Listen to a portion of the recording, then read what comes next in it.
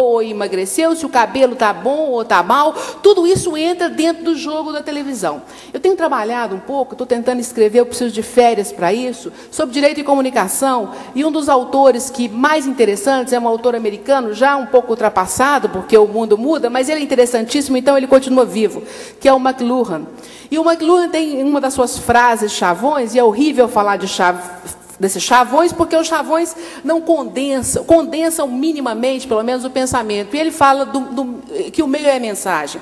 Nós, no direito, trabalhamos há séculos com o mesmo meio. Nós trabalhamos com o papel e com a moralidade que fica escondida nas delegacias, nas salas de audiência, nos processos de formação da lei que nós não vemos. Então, nós estamos agora trabalhando com novos meios. Então, nós temos o meio digital, nós temos a televisão, nós temos o rádio. E o que isso vai representar do ponto de vista da realidade, da segurança ou da insegurança jurídica? Então, segurança jurídica é uma coisa que, na verdade, não é uma, são várias. Então, falar sobre segurança jurídica é um problema, pode mudar. Então, eu trouxe rapidamente 2 jogos para vocês. Os jogos de adivinhação que eu faço com os meus, para os senhores, né? Vamos falar com eles. Vai sair, senhores, vocês, vai sair tudo aqui, porque eu pulo adiantado da hora, eu não quero prender muito, todos estão cansados. Mas de quem é essa frase? Essa é fácil, muitos devem saber. Por que a equidade é a melhor forma de justiça, diz esse autor? A razão para isso é que a lei é sempre geral. Entretanto, há casos que não são abrangidos pelo texto geral da lei. Em matérias, portanto, nas quais, embora seja necessário discursar em termos gerais, não é possível fazê-lo corretamente, a lei toma em consideração a maioria dos casos, embora não esteja insciente do erro que tal coisa acarreta. Isso não faz dela, da lei ou do legislador, uma coisa errada, pois o erro não se encontra na lei nem no legislador, mas na natureza do caso, na natureza das coisas, na natureza dos fatos e dos conflitos, uma vez que o estofo das questões práticas é excessivamente irregular. É isso que a ministra Carmen falou em relação à questão de cada caso. Quer dizer, nós lidamos com a generalidade da lei e com a necessidade de resolver o caso do seu João e da dona Maria. Pode mudar. Essa frase, obviamente, ela não traz grande dificuldade, ela é de Aristóteles, 384, 322 a.C., quando ele fala da equidade. O que é equidade? É a melhor justiça. Por quê? Porque ela vai medir a peculiaridade de cada caso. Mas isso traz insegurança, ele sabia. E a régua é móvel, porque o fato é móvel e ele tem reentrâncias. E a realidade se move, e a realidade nem sempre é totalmente visível. Nós, os juízes de primeiro grau, que enfrentamos salas de audiência, eu sou juíza do trabalho, e faço 16 audiências todas as manhãs. Então, cada hora que a minha porta da sala de audiências abre, eu sei que vai entrar uma coisa misteriosa, e é o mesmo susto dela. É menos coisa, mas nós estamos ali. Só que ali nós estamos face a face com os amigos e inimigos nossos e entre eles, face a face com essa realidade. A realidade, portanto, é uma caixinha de surpresas. O direito que lida com essa realidade é também uma caixinha de surpresas. E nós, dentro delas, produzindo mágica e surpresa. Os conflitos moram na realidade, o direito atua ou não, funciona ou não, dentro desta mesma realidade. E compõe a realidade. Pode passar. Essa é uma outra adivinhação. De quando e onde é essa afirmação? Essa é menos conhecida, mais difícil de adivinhar. Causas da instabilidade do direito. A multiplicidade e duração exagerada dos processos. Aquele que se acha possuído de ânimo litigioso está armado e a pessoa honesta é molestada ou oprimida. É a questão da litigiosidade artificial, tão bem falada pela ministra Carmen Lúcia antes. O juiz é mais absoluto nos casos duvidosos, dispondo de maior poder e liberdade. Aqui nós temos a ideia do ativismo, da atividade, a ideia de ter que decidir alguma coisa, porque alguma coisa tem que ser decidida, né?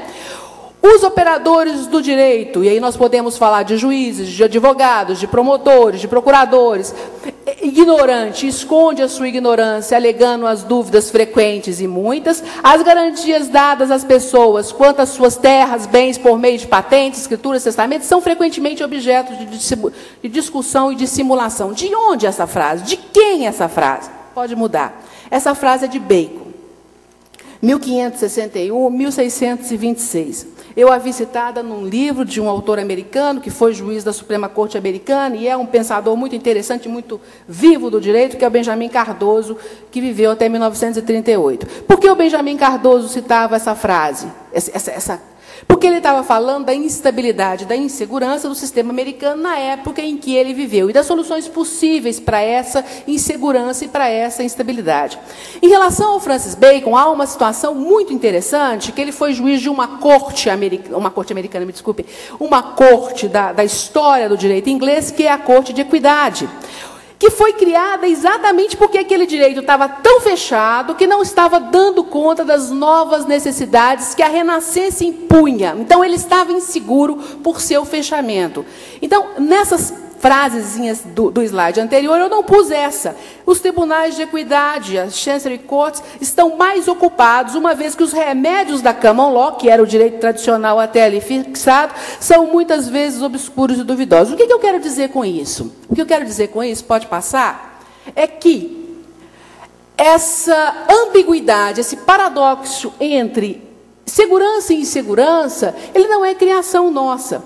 Isso é uma coisa otimista ou pessimista, depende do ponto de vista, mas é um dado de realidade. Então, nós temos que enfrentar isso como algo que é do direito. Mas é claro que isso não pode me relaxar, porque eu vivo o meu direito hoje no Brasil brasileiro. Então, eu tenho que enfrentar o direito dentro dessa contingência. Então, nós podemos tomar, em relação a isso, algumas conclusões intermediárias. A segurança jurídica é um desejo intemporal dos seres humanos, como é o desejo da justiça, como é o desejo da paz, como é o desejo do não conflito. Mas é um desejo nunca satisfeito e provavelmente nunca será. Nós trabalhamos com isso, com essa impossibilidade. Ela não é, portanto, um produto de uma teoria jurídica dos últimos séculos ou dos últimos anos, ainda que tenha sido desenvolvida a expressão, a fórmula e tal, como algo da nossa teoria jurídica mais recente. Falar da justiça feita por meio do direito é falar da vivência do binômio segurança e insegurança, isso sempre foi assim. A história do direito revela um processo contínuo e sucessivo dos seguintes fatores: pluralidade jurídica, ou seja, antinomias, conflito de normas, várias normas simultaneamente. Eu dou o direito romano para os meus alunos, e tudo, história do direito. Tudo que eu quero que eles saibam é que sempre houve várias normas, sempre houve conflitos, e quais são mais ou menos essas normas em cada tempo, para que eles consigam dimensionar, dentro do nosso plano de pluralidade de antinomias de hoje, aquilo que são as soluções possíveis. Nós vamos falar disso no final, rapidinho. A história do direito, então, revela isso, revela a alternância entre abertura e contenção interpretativa. A gente vê esse movimento de abertura por uma necessidade que é imposta de fora e de fechamento pela mesma necessidade de segurança que vem. Como ideologia na doutrina ou composição dos processos pelas fontes do direito. Aí você vem, por exemplo, um processo de codificação, como vem a codificação na França. Ela vem com uma escola de pensamento ideologicamente feita para manter esse sistema, ou para impor esse sistema, quando, na verdade, lá embaixo tudo pululava. Quer dizer, nós tínhamos conflitos sociais, conflitos políticos e tal, mas a escola da exegese estava ali, mantendo o código. Era a função dela, era manter este código. Não que a realidade se convertesse àquilo que a escola... Desculpem, eu estou falando depressa, estou nervosa. Aquilo que a escola propunha.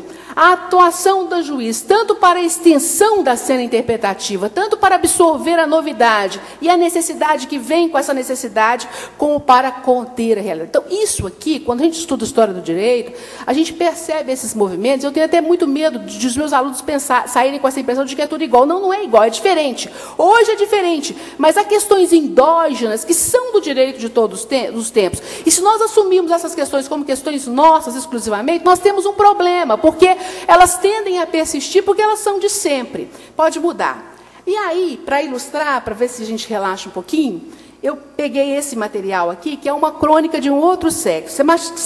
Isso é Machado de Assis. O que Machado de Assis fala numa crônica qualquer lá, do dia 15/11 de 1896? Machado de Assis A crônica, até hoje, ela é uma fonte interessantíssima para a gente ver o que vem da rua. A ministra Carmen falou muito bem disso. Não me importa, como juiz, o que a rua pensa da minha decisão, no sentido de eu ceder ao clamor da rua pelo prazer de ceder. Mas nós que fazemos o direito, nós temos que ouvir a rua para perceber as necessidades do ponto de vista da nossa atuação. Ela diz algo sobre aquilo que ela espera de nós. Então, nós temos que ter esse olhar para a rua, que não é um olhar de aceitação, mas às vezes é um olhar de explicação. Por que isso acontece? E esse não é um processo de curto prazo, esse é um processo de médio e de longo prazo que nós temos que enfrentar com o uso das mídias. Isso aí nós temos que assumir e usar isso como...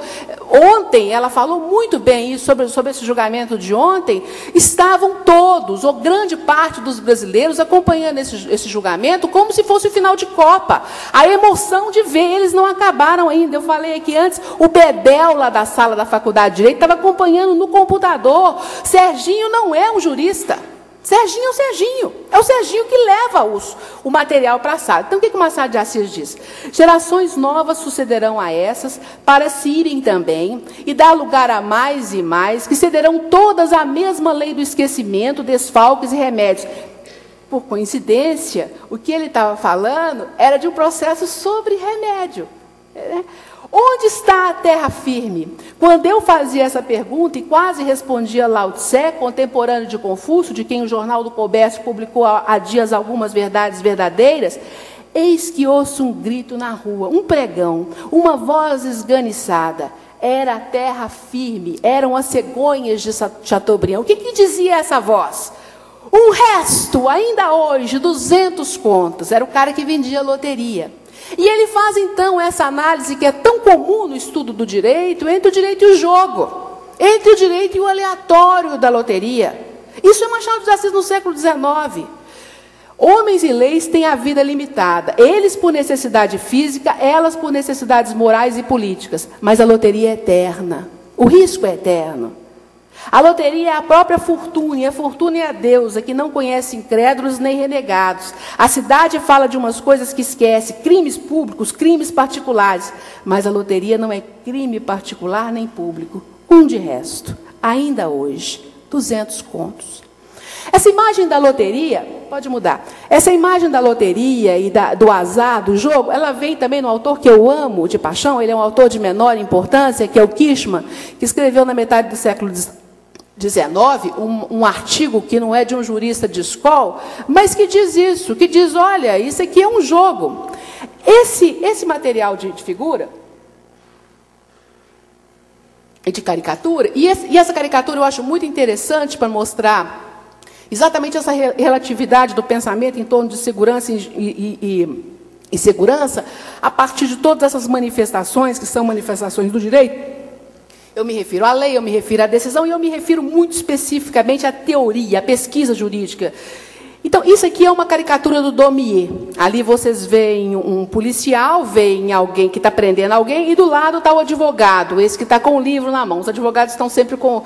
Né, a visão dos advogados no Daumier está sempre com esse livro. O que o advogado está dizendo ali? Está dizendo assim, olha, dessa vez eu não consegui provar a sua inocência, mas da próxima vez eu vou conseguir. Ou seja, a relatividade dos casos, a relatividade da questão retórica e argumentativa no trabalho que é do advogado e também naquilo que é a percepção do juiz em relação à sua interpretação, todos eles são fatores endógenos que trazem insegurança, que marcam a face da insegurança. Pode passar o slide.